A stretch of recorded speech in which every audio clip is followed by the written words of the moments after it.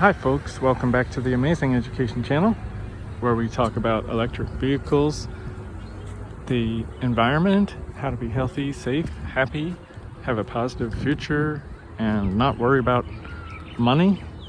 Although I'm not a financial advisor, so this is not financial advice. You need a financial advisor probably, but this is for educational purposes only. I'm a master educator, and as I always remind people, it's about the information, it's not about the video, because I just have my phone. But if you watch this and other videos and follow the advice, we would have a peaceful, safer, less polluted, and better future. So thanks for listening up. Today's video is about the philosophy that we have in our society and how it needs to change based on evolution. So we have many ideas of philosophy, and when you look at the word, it means love of knowledge or love of sophistication, but not, it really means love of knowledge. And as we learn more about history, about the past through scientific methods, we benefit because we can understand the world more. They say knowledge is power. It's when you align your brain with reality and use logic and reason, deduction, induction, and scientific methods that you gain more control and have less worry, less trouble in your life. So many times the people that rely on very old information, which was the best effort of many years ago, well, they make mistakes because it was just incorrect. So align your thinking with science, get as much education as you can, and you will do much better. Although there's no guarantee that everything will go right. We can have an asteroid, we can have a volcano, tsunami, who knows what can happen. And we can't predict everything, but we can improve our chances a lot. And so anyway, now philosophy, let's talk about love and old ideas about that. One amazing philosopher, recent philosopher, was Rand, R-A-N-D, and she talked about, well, when you love something, it's because, well, you act to gain it or you act to keep it once you've got it. If you don't do those things, it's hard to say that you really love it. You might enjoy it, but saying love in those cases would be hyperbole unless you act to gain it, or if you have a chance of losing it, you would make some action to keep that, whether it's a person or some possession or even ideas that you act to promote. And so that sort of replaces the old idea of love just being a feeling, and it has a component. There's an emotional component, but of course you could say there's some people that, due to medical reasons, they can't take any action, but they can just feel sad if they lose something they love. Well, okay, that's true, especially when it comes to like someone who doesn't want to be around you and doesn't want to interact with you. And really the best action in that case, well, you should still say something or do something positive that is going to help that person, so at least they're not angry with you, and you make up for any mistakes or anything that you've done to harm them financially, physically, emotionally, that just to show that you didn't really want to cause them any trouble. And then of course they're so angry with you, of course they're going to not want to be around you anymore, but at least you've made that effort. That's the effort because of your love, and you may have lost them, but that's what happens. So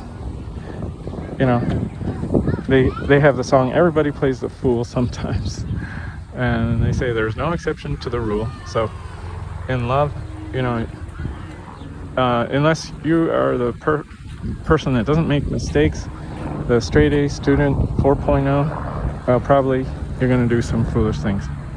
And so anyway, keep that in mind. Get your modern philosophy, avoid the old thinking. And one thing that really helps us is evolutionary theory. I recommend that you study that and put that before any other theories of human behavior, including philosophy and love and whatnot. And you can really understand that people over millions and millions of years have developed from other animals that died long ago. They were living around the time of the dinosaurs and before, and they have children, and then over time we humans developed from those early primitive animals. So we have that aspect of being attracted and having the chemical and physical nature in our brains and in our bodies to be attracted, and it's beneficial if we take care of children, including grandchildren, and there's an evolutionary reason for that, a genetic reason, and so that's sort of a source of love if you wonder where it comes from. When you look at plants, of course they move just a little bit. They don't really move like animals. And do they really sort of help their offspring? And well, you might even argue yes, even they do, because it's beneficial for the spread of plants.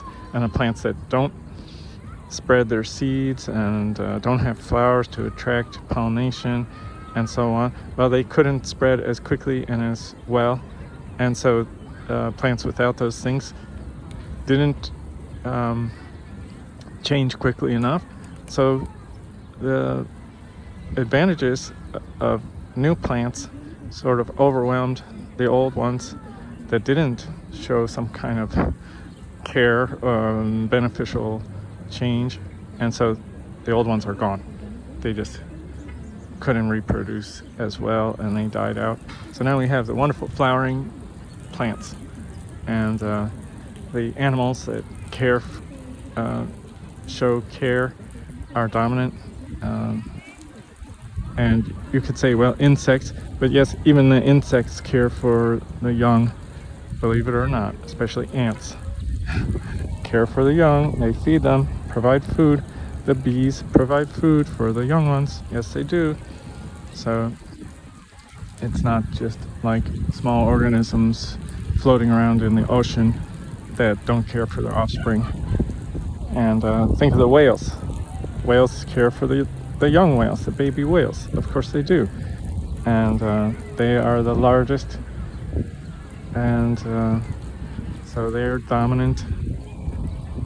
Not all animals do it, but pretty much. So that sort of explains like why do we get attached and attracted, and even if you don't want to be, you might feel yourself like sort of hooked onto somebody, and you find, oh my gosh, I don't really like this person's certain aspects of them, but I somehow am addicted. Well, evolution can explain your addiction. It's there. Your addiction is there to take care of the children. And so you can always wonder, like, what am I doing? Why can't I make a decision? And so on and so forth. Well, you could be sort of controlled by history, by biology, and by evolution to do the things which you think are foolish and that you don't enjoy. But there's a symptom, because older people, they eventually are going to pass away, and it's the younger generation are more important to evolution. If the old people don't take care of the healthy young people, even when it hurts the older people, well, then young people may not survive. And so that's why you may do things which harm you like including working full-time too hard, having heart disease, heart attacks, and surgery. And why are you doing it? To take care of your children. And you don't feel any dislike for taking care of the children, even if it harms your health. You dislike the work, but you don't dislike that you're doing it for your children. And so now we need to have fewer children and smaller families, of course, because we're extremely overcrowded and our resources are pushed to the limit. And you might also ask, well, why have we done this? Why are we so overpopulated? Well, it's just people are locked in through genetics to do certain behaviors, although we have independent reasoning and will, but we can make our choices based on the chemicals and the feelings that evolution provides to us. And of course, with genetic variation, not everybody has these feelings and the chemicals, so they may not get married, they might not have children. That's very possible, but that's rare. It's maybe 20%, 25% or less. So most people are just hooked in to so-called falling in love, and and the suffering and joy of having children. But well, we've overcrowded, and it's causing more and more suffering, and people are not happy.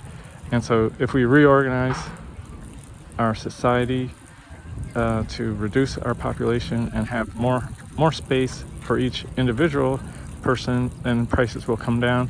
We won't have to overwork, and our health can improve. But right now we're still headed in the wrong direction, but we're turning around, and we'll get down to about 1 billion people on the planet, which many scientists agree is about the limit we can have sustainably without creating incredible pollution and disasters. So we need to reduce maybe 80-90% only peacefully through having smaller families, and over time we'll have a safer, more peaceful planet. And I hope you get into studying evolution and watching videos about that, and take care.